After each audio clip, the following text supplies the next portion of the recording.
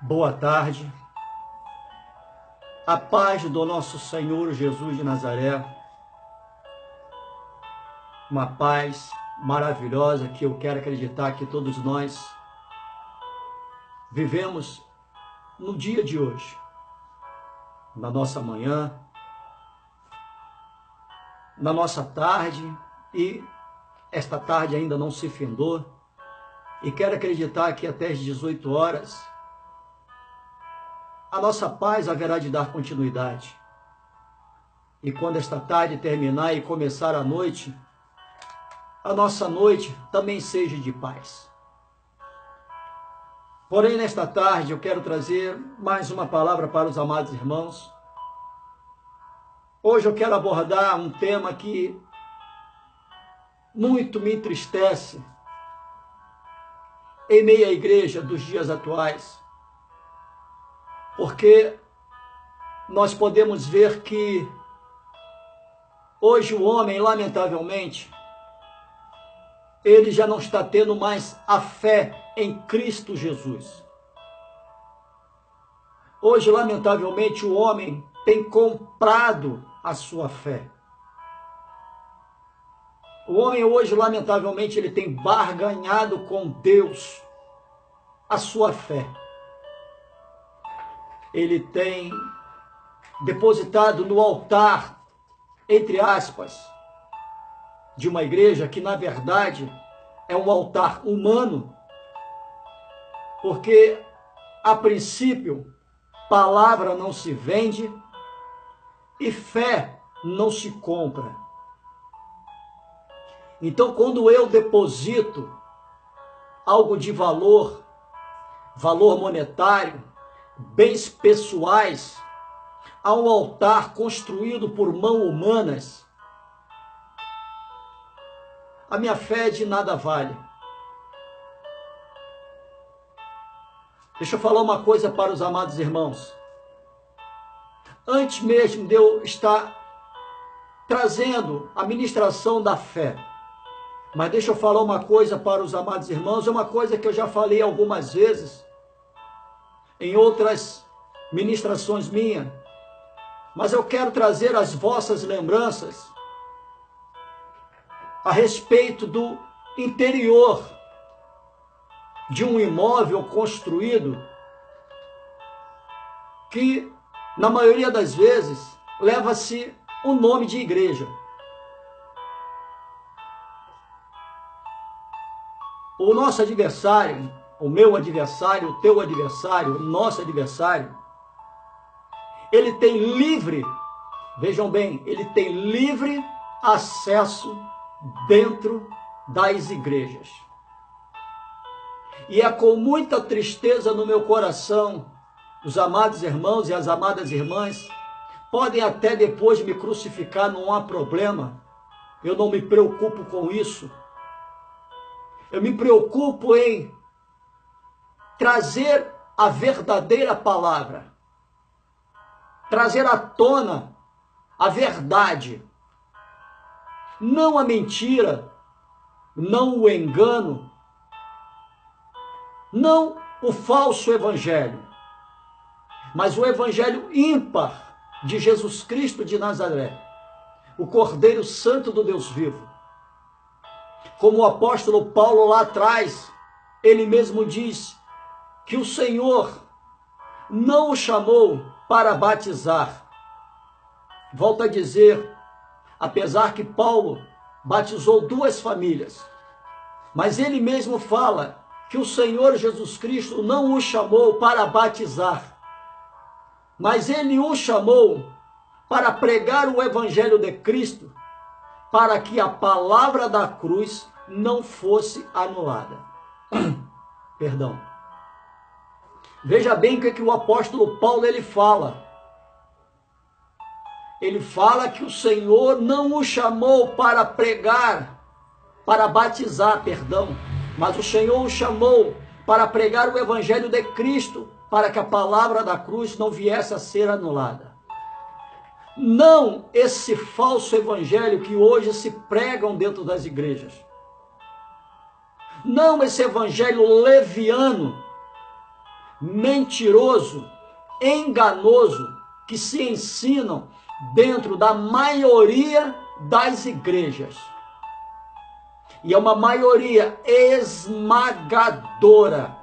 Poucas, muito poucas, com raríssimas exceções, pouquíssimas, pregam, ensinam o evangelho verdadeiro que o Cristo e os apóstolos nos deixaram para ensinar. O próprio apóstolo Paulo, no livro de Gálatas, capítulo 1, no verso 8, ele diz assim, que se vos apresentarem a nós um outro evangelho, mesmo que venha a ser um anjo, mas se nos apresentarem um outro evangelho que não seja o evangelho de Jesus Cristo e dos apóstolos, que esse evangelho ele venha a ser anátema, ou seja, que não o aceitemos, porque é um evangelho mentiroso, é um evangelho deturpado, é um evangelho enganoso, é um evangelho demoníaco. E eu vou falar uma coisa para os amados irmãos. O nosso adversário, chamado Satanás, ele tem livre acesso dentro das igrejas. E hoje, lamentavelmente, como eu falei no início, com muita tristeza no meu coração, é muito triste dizer isso, mas eu não posso ocultar isso, não posso omitir isso. O diabo, com seus demônios, tem abençoado muito mais, tem feito muito mais milagres dentro da igreja do que o próprio Deus. Porque Deus ele não pode operar maravilhas e milagres dentro de uma igreja que esteja de qualquer maneira. Ele não pode operar o que ele verdadeiramente ele quer operar dentro de uma igreja corrupta, dentro de uma igreja adúltera, dentro de uma igreja que não respeita, que não teme ao Senhor, dentro de uma igreja onde as pessoas vão para a casa de Deus de qualquer maneira, as irmãs vão de qualquer maneira, os amados irmãos vão de qualquer maneira, e de qualquer maneira ficam dentro da igreja num período de 1h30, 2 horas que venha a ser por cada culto semanal. Mas o diabo, ele se alegra, bate palma e abençoa, e lamentavelmente, aqueles que, entre aspas, se dizem crentes, e por estarem cegos espiritualmente, porque a própria palavra de Deus, ela diz que o nosso adversário, que o diabo, cegou o entendimento da humanidade.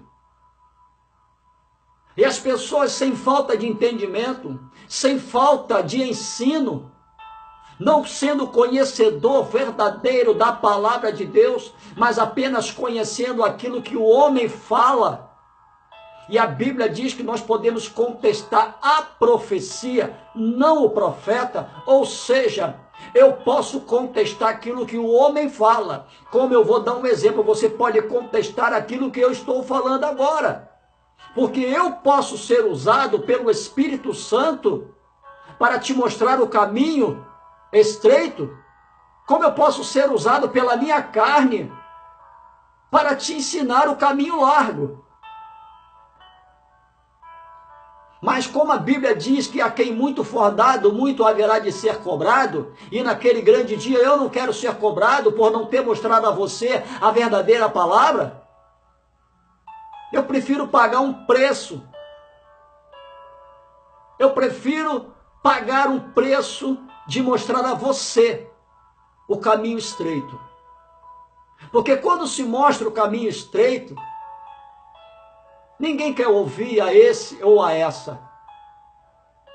Mas quando se mostra o caminho largo, todos querem ouvir a esses e a essas.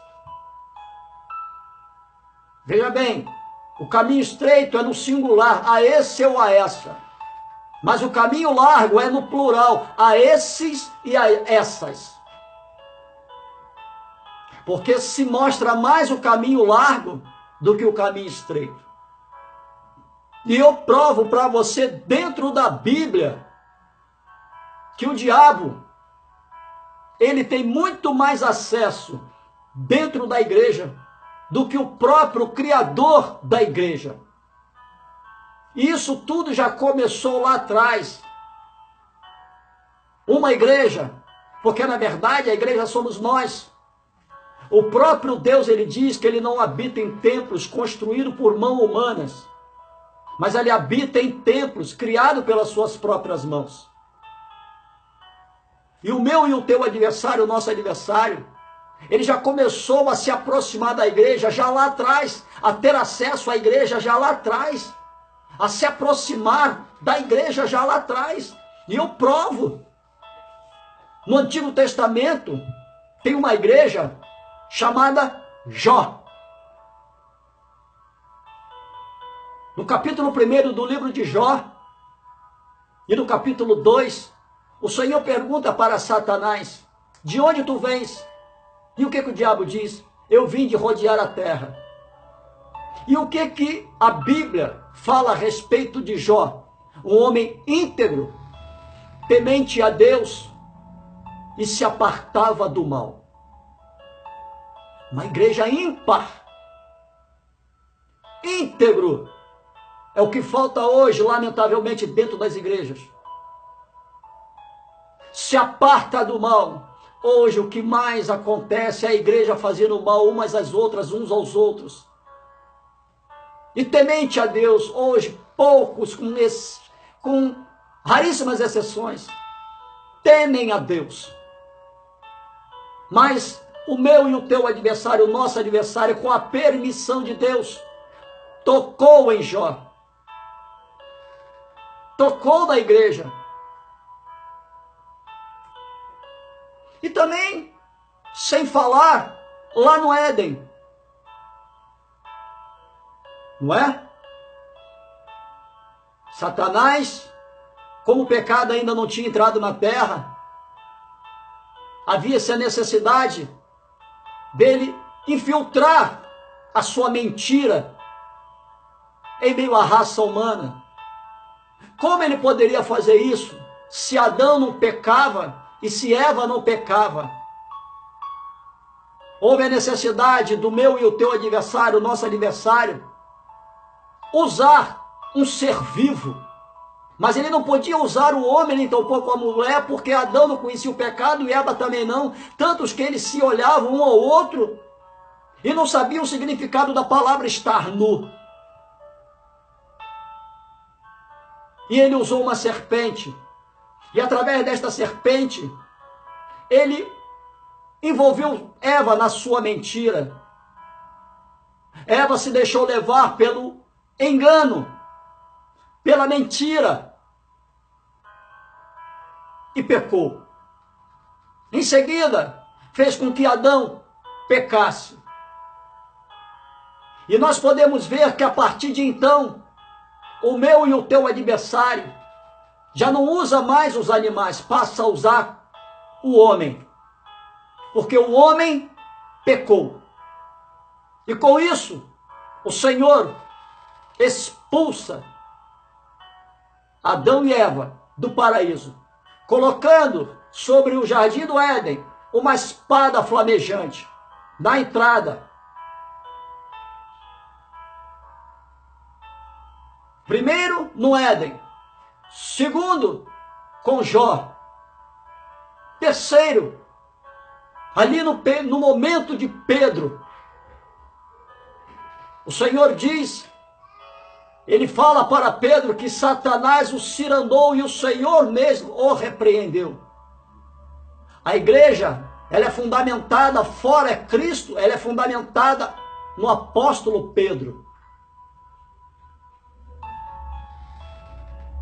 E se não bastasse, veja bem, foi até o Éden, um lugar que não havia pecado. Depois foi até Jó, o pecado já habitava na terra. Os dois no Antigo Testamento. O terceiro e o quarto no Novo, no tempo da graça. O apóstolo Pedro, cirandando assim o apóstolo Pedro e o Senhor Jesus Cristo o repreendendo. E como se não bastasse, foi até a igreja ímpar, chamada Jesus de Nazaré, o Cordeiro Santo do Deus vivo. O tentando por 3 vezes. Veja bem, se o meu e o teu adversário foi até esses 3 homens, e um lugar imaculado na época, porque o leão pastava com o cordeiro. Apesar dos animais serem selvagens, né? Porque o leão é um felino selvagem. Bota um leão e um cordeiro hoje para você ver o que vai acontecer. Você vai ver o que vai acontecer com o cordeiro. Mas naquela época, quando o pecado não habitava na terra, nada acontecia.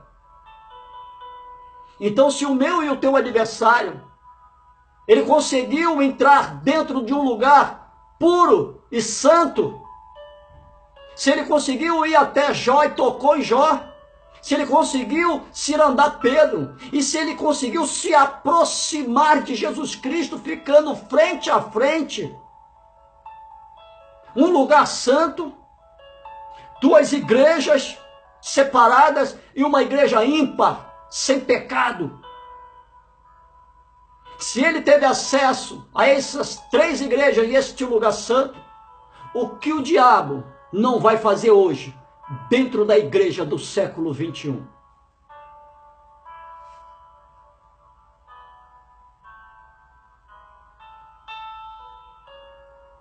Está introduzindo através das vidas humanas um falso evangelho, onde volta a dizer, onde a palavra se é vendida, e aqueles que pagam pela palavra, lamentavelmente, também pagam pela sua fé. Aqueles que vendem a palavra, fazem com que aqueles que lhe ouvem, compre a mesma palavra através da fé financeira, assim a compre. Meu Deus, eu queria falar a respeito de 3 tipos de fé. A fé forjada, a fé individualista e a fé ímpar. A fé forjada, ela é uma fé incrédula, sem acreditar que ela foi ouvida. Nós temos ali um exemplo de Tomé, uma fé forjada, que houve a necessidade dele ver para crer. Está ali no livro de João, capítulo 20, no verso 27 a 29, que diz assim: e logo disse a Tomé, põe aqui o dedo e vê as minhas mãos. Chega também a mão e põe-na no meu lado. Não sejas incrédulo, porém crente. Respondeu-lhe Tomé, Senhor meu Deus e Deus meu. Disse-lhe Jesus, porque me viste, creste? Bem-aventurados os que não viram, porém creram. Eu costumo pensar da seguinte forma, que basta você pedir uma única vez ao Senhor algo, crendo que Ele ouviu. O homem, ele faz repetições do mesmo pedido, porque ele não crê. É por isso que o Senhor Jesus Cristo nos deu uma oração muito simples, para que o homem não viesse fazer vãs repetições. Aí de manhã, pede algo. Ao iniciar a tarde, pede a mesma coisa. Ao iniciar a noite, pede-se a mesma coisa. Antes de dormir, pede-se a mesma coisa. Acorda-se na madrugada para orar, pede-se a mesma coisa. E não existe um momento de agradecimento. Não existe um momento de glorificação. Olha só, quando Daniel, ele se prostra em terra orando ao Senhor. Quem não conhece a história de Daniel, a passagem de Daniel, né? 21 dias. Daniel bota o joelho no chão, ora, na mesma hora, o Senhor ouve a sua oração. E em seguida ele envia um anjo para trazer a resposta de Daniel. Porém, quando o anjo sai do terceiro céu, ele entra no segundo céu, onde existem as lutas espirituais. Aquele anjo, ele é parado ali por um período de 21 dias. Onde existe ali as hostes malignas e os anjos de Deus. Me perdoe a palavra chula. E ali o pau canta. Os nossos olhos humanos não conseguimos ver. Com nossos ouvidos humanos também não conseguimos ouvir. Mas ali a chapa é quente. Havendo-se assim a necessidade de um outro anjo vir em auxílio esse anjo mensageiro para trazer a resposta para Daniel. E esse anjo que tinha a resposta de Deus para Daniel consegue se desvencilhar do anjo maligno. E ele chega na terra. Chegando uma vez na terra, ele ainda encontra Daniel orando. E quando ele chega até Daniel, ele chama Daniel de assim, homem muito amado. E ele fala para Daniel, desde o primeiro momento em que tu colocaste o teu joelho no chão, Deus ouviu a tua oração. Veja bem, no mesmo momento que Daniel colocou o seu joelho no chão, Deus ouviu a oração de Daniel. E nós, quando nós oramos, de que forma que nós reagimos? Insistimos? Ou fazemos uma petição e trazemos a realidade, aquilo que pedimos, mesmo quando ainda não aconteceu? O Senhor mesmo diz em Hebreus, a fé é o firme fundamento de todas as coisas, trazer a realidade daquilo que ainda não aconteceu. Sem fé é impossível agradar a Deus. A maioria de nós desagradamos ao Senhor, porque não cremos, não sabemos pedir. O próprio Deus, ele diz, não recebeis porque pedis mal.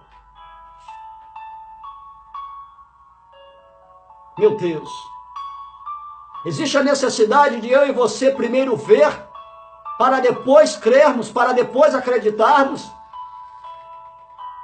Quem somos nós? Nós somos um centurião romano? Ou nós somos Tomé? Existe a necessidade do Senhor mostrar o buraco das suas mãos? Na sua lateral? As marcas da coroa de espinhos sobre a sua cabeça? Os buracos no peito de seu pé? Para que nós verdadeiramente venhamos a crer? Ou nós vamos fazer como o centurião romano, que está ali no livro, que é a fé ímpar. Essa é a segunda fé. A primeira fé forjada, a fé incrédula, a fé de Tomé. A segunda, é a fé ímpar. A fé do centurião romano, que está ali no livro de João, capítulo 5. João, capítulo 5. Deixa eu ver aqui.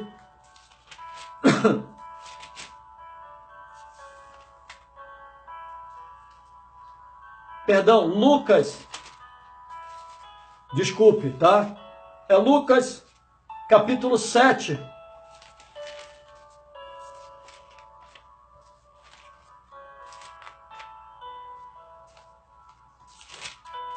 capítulo 7, cadê? 5,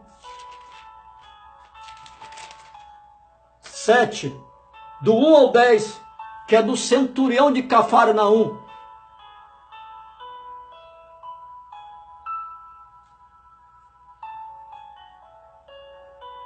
Que fala assim: e depois de concluir todos esses discursos perante o povo, entrou em Cafarnaum, e o servo de um centurião romano, a quem este muito estimava, estava doente e moribundo.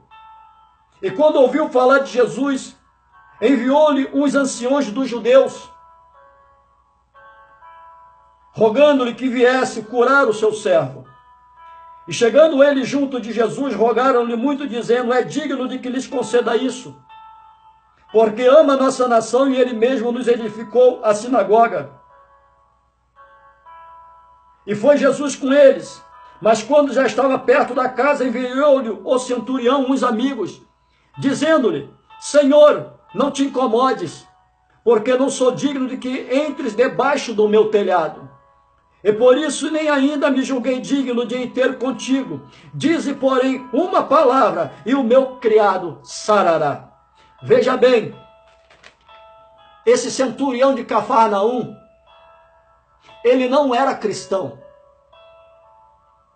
Ele não cria em Cristo. Ele simplesmente ouviu falar de Cristo e das coisas que Cristo fazia.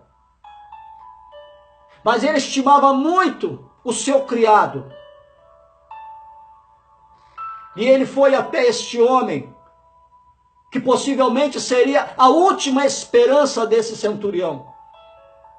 Um centurião é um general romano, é um comandante de 100. Uma situação financeira boa, considerável, uma boa moradia, representante de Roma em qualquer lugar que fosse, um cidadão romano. Mas a primeira coisa que ele faz, para que Deus ele pudesse operar o milagre na vida dele, curando assim o seu criado, foi que ele se humilhou. Ele, por ser um centurião, um homem de posição, né? De honras militares, quero acreditar, ele poderia se ensoberbecer e dizer para Jesus: olha aqui, ó, eu sou um general romano, eu sou um centurião, representante de Roma, e estou sabendo aí que você faz um montão de coisa aí, você vai na minha casa, vai curar o meu criado. Mas não, ele se humilhou diante de Jesus, dizendo até mesmo que ele não era nem digno de que Cristo entrasse embaixo do seu teto, ou seja, no interior da sua casa. E dizendo para Cristo: não precisa ir não, daqui mesmo, basta uma palavra e pode ter certeza, o meu criado vai ser curado lá onde ele se encontra enfermo. E através de um estudo minucioso, de onde ele falou com Cristo até a sua residência, era uma distância de 2 dias de viagem.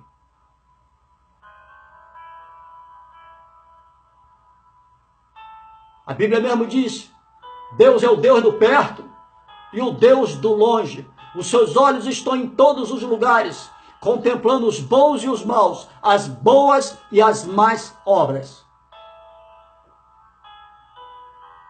Aquele centurião, ele não era cristão, passou a ser, quando ele viu o operar de Deus.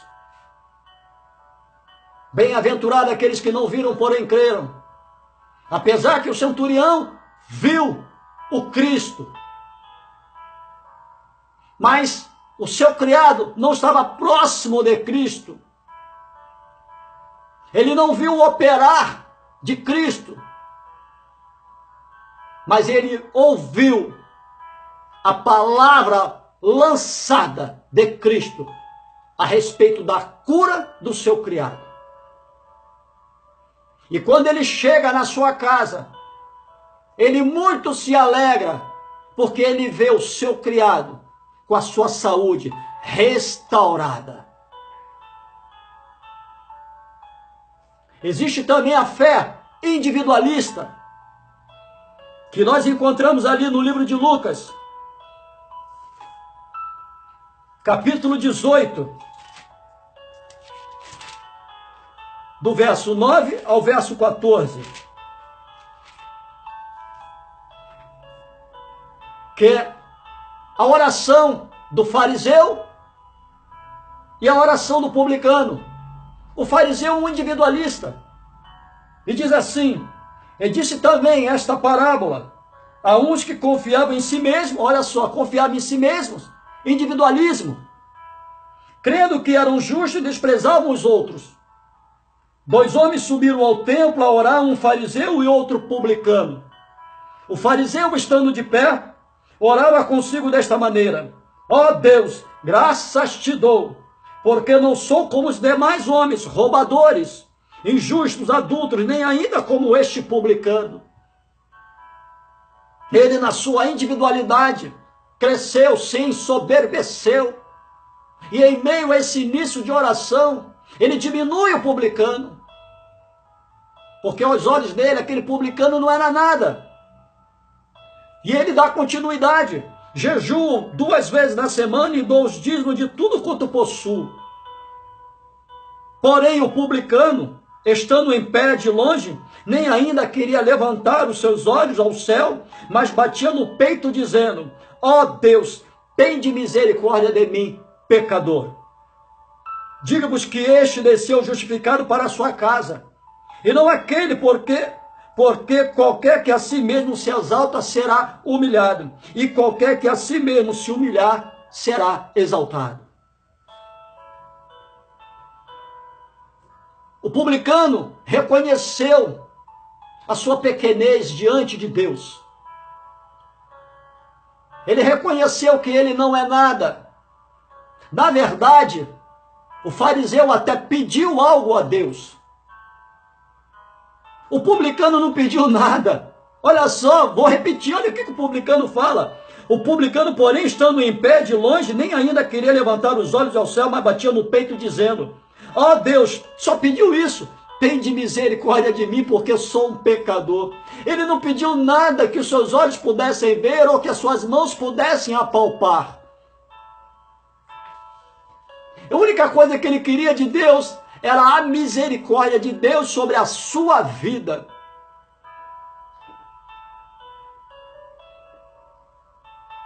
Meu Deus. E o que nós hoje pedimos a Deus? Qual é a nossa fé? Qual é o tamanho da minha fé? Qual é o tamanho da sua fé? Que tipo de fé eu tenho? Que tipo de fé você tem? A nossa fé é gerada em quê?